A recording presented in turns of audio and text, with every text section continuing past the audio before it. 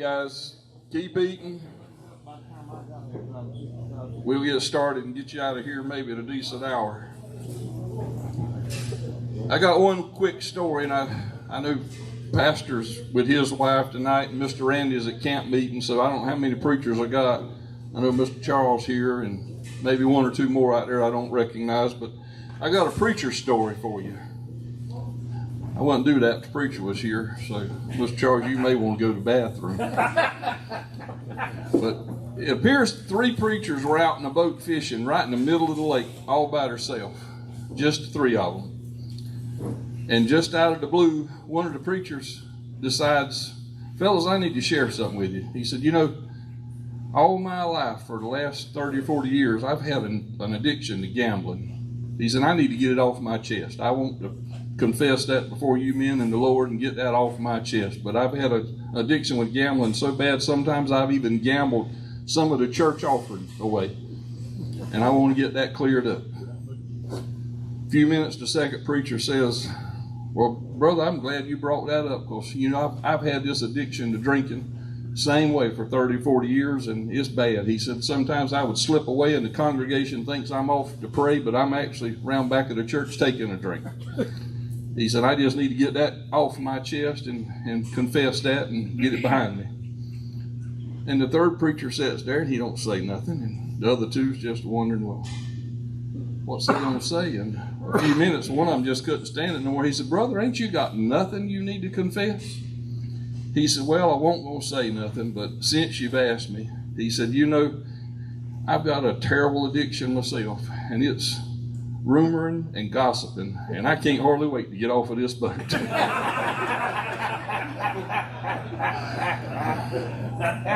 That ain't too bad of a preacher joke. If you got the email, I told you I was going to talk about President Trump, and it probably scared some people to death. I've got some empty chairs tonight, but you're going to have to open your mind a little bit, which I've had to open mine quite a bit for several reasons, but this is not much of a devotion, but it's something to be aware of, and I think if you open your mind a little bit, you might agree with me, you might not, but again, I'm not going to go real political with this. I'm going to try to be as biblical as possible, but just follow with me here a little bit and let's see how it goes. I listen to a lot of radio when I travel. I'll listen to YouTube stuff on my phone, and I travel a lot, drive a lot.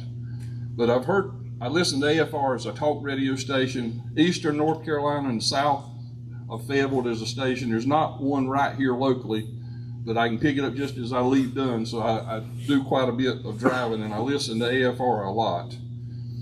And I've heard the words woke. We've all heard that. And we've heard trans and all these new words that we didn't hear growing up. Really don't know what they mean today, but they're not good.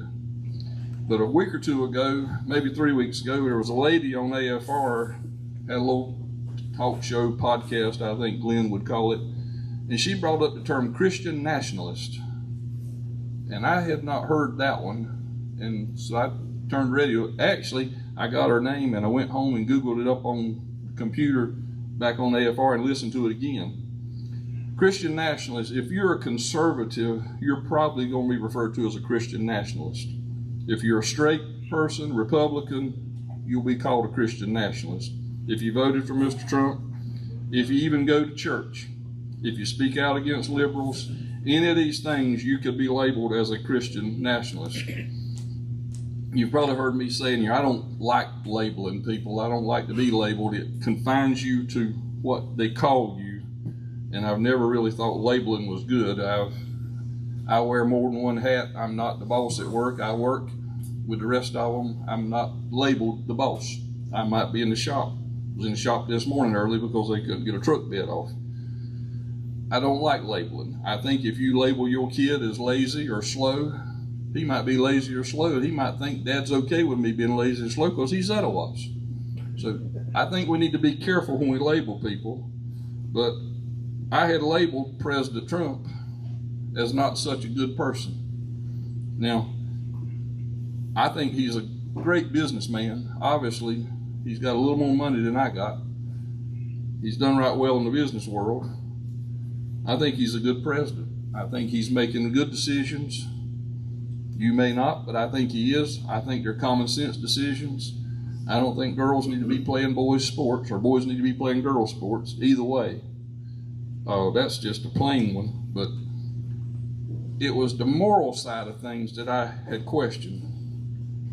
And I think a lot of people have. I've had this conversation with this group probably and with other people that, just didn't think he was a good guy.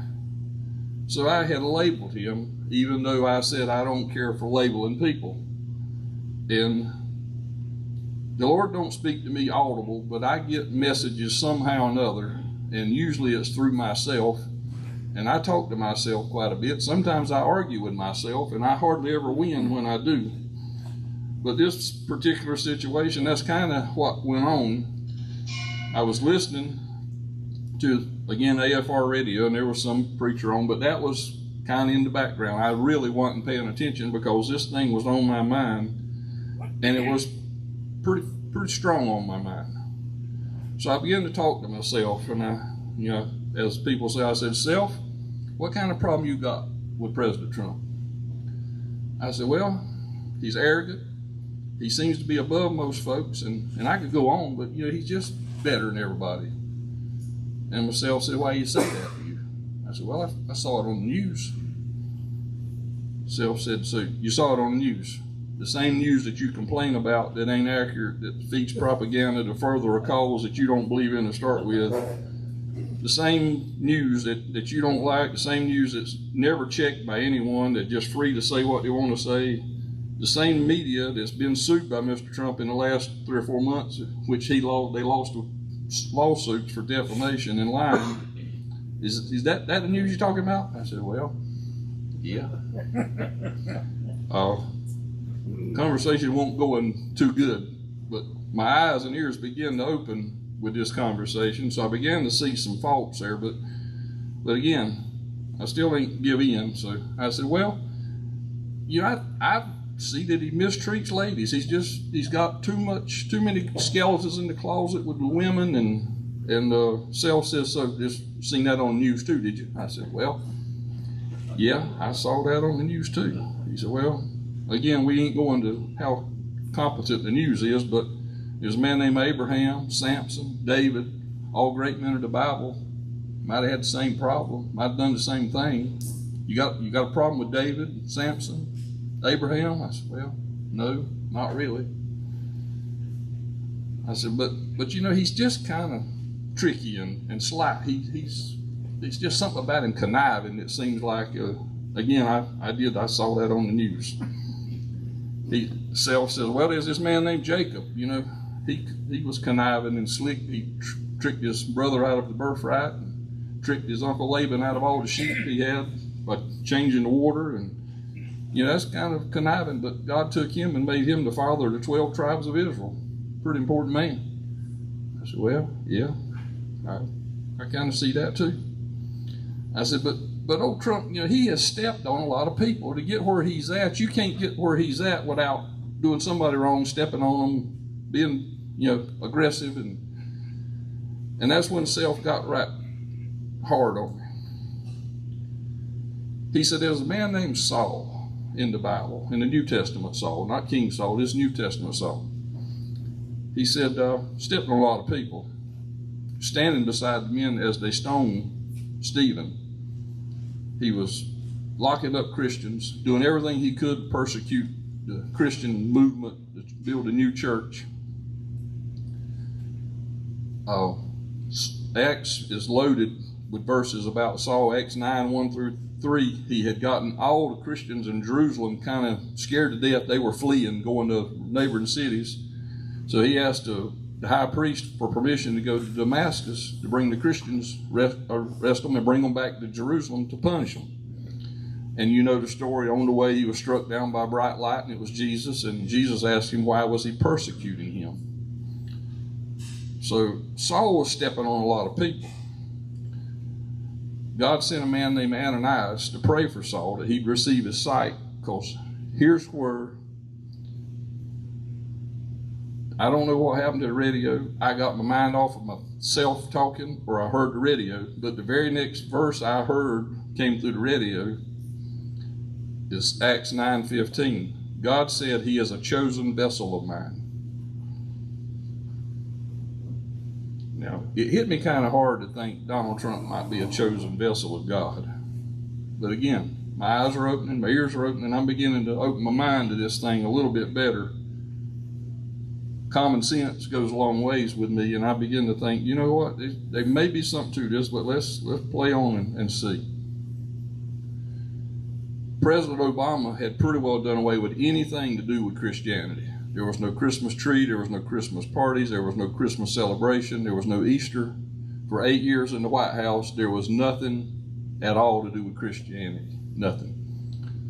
Trump, the first 4 years, introduced it back in. They had the Christmas tree, they had the Christmas party, they had the Easter egg hunts, and I think my number 2 son went there for the Easter egg hunt with the kids one time. He turned the country back a little bit, as hard as it would be to turn, but he's turned the country back, the leadership, to look toward God.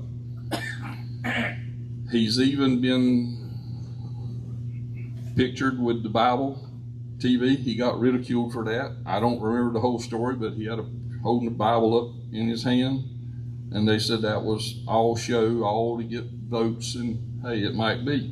But if we think about it, and we talked about this last fall before the election, there's enough evangelicals in the country. If we would all come to one accord, as the Bible says, there would never be a need to vote again. All the evangelicals could come together with one accord and vote. We'd elect any office in the country. Mr. Trump, maybe he's a smart man, was keying in on that. Don't know. But I've never seen another president hold the Bible up on television and not be ashamed of it. Half the evangelicals in the country are registered to vote, and less than half of them actually vote. So there's a big group of people there that all the politicians would love to have. When he was nearly shot in Butler, he made the statement that God saved him. He literally turned his head for no reason to look at a chart that was not supposed to be at that rally to make a point. And he turned it just enough that he got his ear shot instead of his head shot. God saved President Trump. I don't have a question at all. You know, President Trump agreed that God had a hand in that. It's beginning to look like God may have him as a vessel to use. Again, I'm just getting my eyes opened.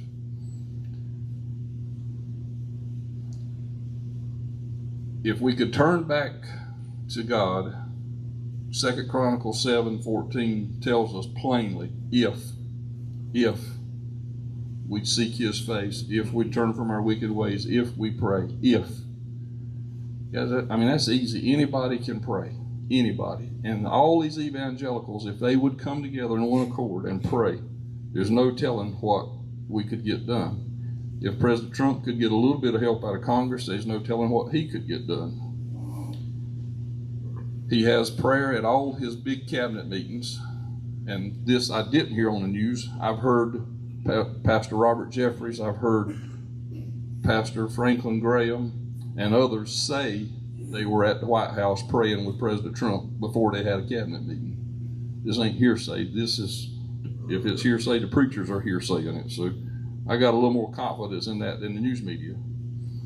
I don't think Kamala Harris would have had prayer before her conference meetings at all. All of you know I got the oldest son of mine's a preacher. He's got a little church over here in Erwin. They're really growing and doing good. And the church is a good thing for him, but his passion is helping people. He helps drug addicts, alcoholics. He's on the top of the mountain or he's in the bottom of the valley. He don't get in the middle much. I'll see him one day, he's just bouncing along because somebody has come to his church that he's been working on, and they came down to the altar, accepted God, and all that's wonderful. And then 3 days later, you see him, he's down in the ditch. Somebody's OD'd or that he's been working with, trying to help, and he's just never in the middle. There was a Sunday morning, probably 3 weeks ago, when I was starting to talk about this and try to put this together. He shared with me,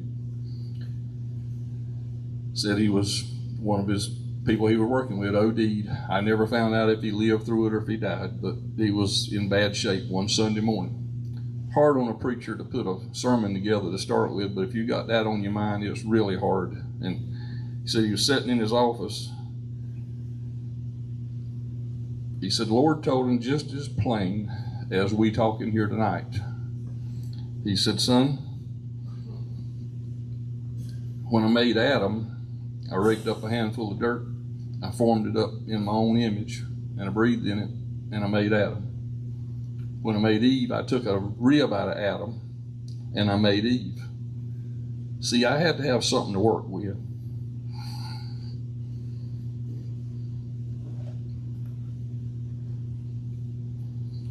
He was trying to tell Alex, what you're doing is a good thing, but you got to have something to work with. Even God's got to have something to work with.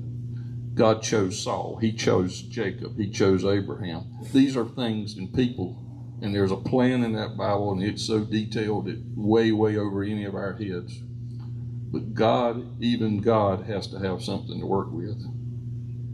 Maybe he don't have to, but he chooses to have something to work with. Mark 6:4, Jesus said to them, a prophet is not without honor except in his own country, and he could do no mighty works because of their unbelief. The people from Jesus' hometown knew him from a kid, didn't think there was anything to him because he was from Nazareth. Nothing good ever came out of Nazareth. That's in the Bible. He could do no mighty works because of their non-belief. That's pretty amazing. That verse there goes a long ways with me. God needs people. He needs you and I. He needs people. He needs Donald Trump. He needs people. Donald Trump's in power to do a lot of changes. He needs support. The most amazing thing I want to share with you about this whole story, and I will close. The Bible written 2,000 or 3,000 years ago, it's just amazing how relevant it is to what we do today, and how I talk about labeling people and how we shouldn't do that. If God can take Saul, that was killing Christians, stoning them, crucifying them, putting them in jail, and make a chosen vessel out of him, could he not take President Trump and have him as his chosen vessel? He's turning, be it political or whatever, he's turning the country back toward God. He's got prayer in the White House. He's got Christians mentioned and showing up to lead in prayer. The biggest thing I learned from this whole thing is, I see a lot of people. I see people that don't dress like I dress, some better, some worse. They might have tattoos, they might have piercings, they might have long hair, and they're easy to label. Every day I see somebody that's like, hate to say it, but you walk around them, you don't try to address them. And God may choose that person, just like Saul, to be a chosen vessel. So I just want to get our minds open and our eyes open and our ears open to understand this ain't our choice. And I'm going to try not to label people like that. But I hope this hasn't been too political, and I hope it's kind of got your mind thinking a little bit, because it really has done something for me to open my eyes and open my mind to the people that I see every day. You just don't know who's God's chosen vessel. But I want to tell you again how much I appreciate you coming. It's summertime, it's hot, I understand that. I've been out there with you. We drove to Virginia this weekend to cool off, and it was 95 one day and 96 the next day. So we didn't go far enough north. I'll say one thing. The young man that we've been praying for, my fishing rep, who's a really good friend of mine, passed away last week. He's not fighting cancer this week. So just pray for his family and keep them in your prayers. But that's behind us now, and we're going to move on. Anybody else need to add anything or prayer request?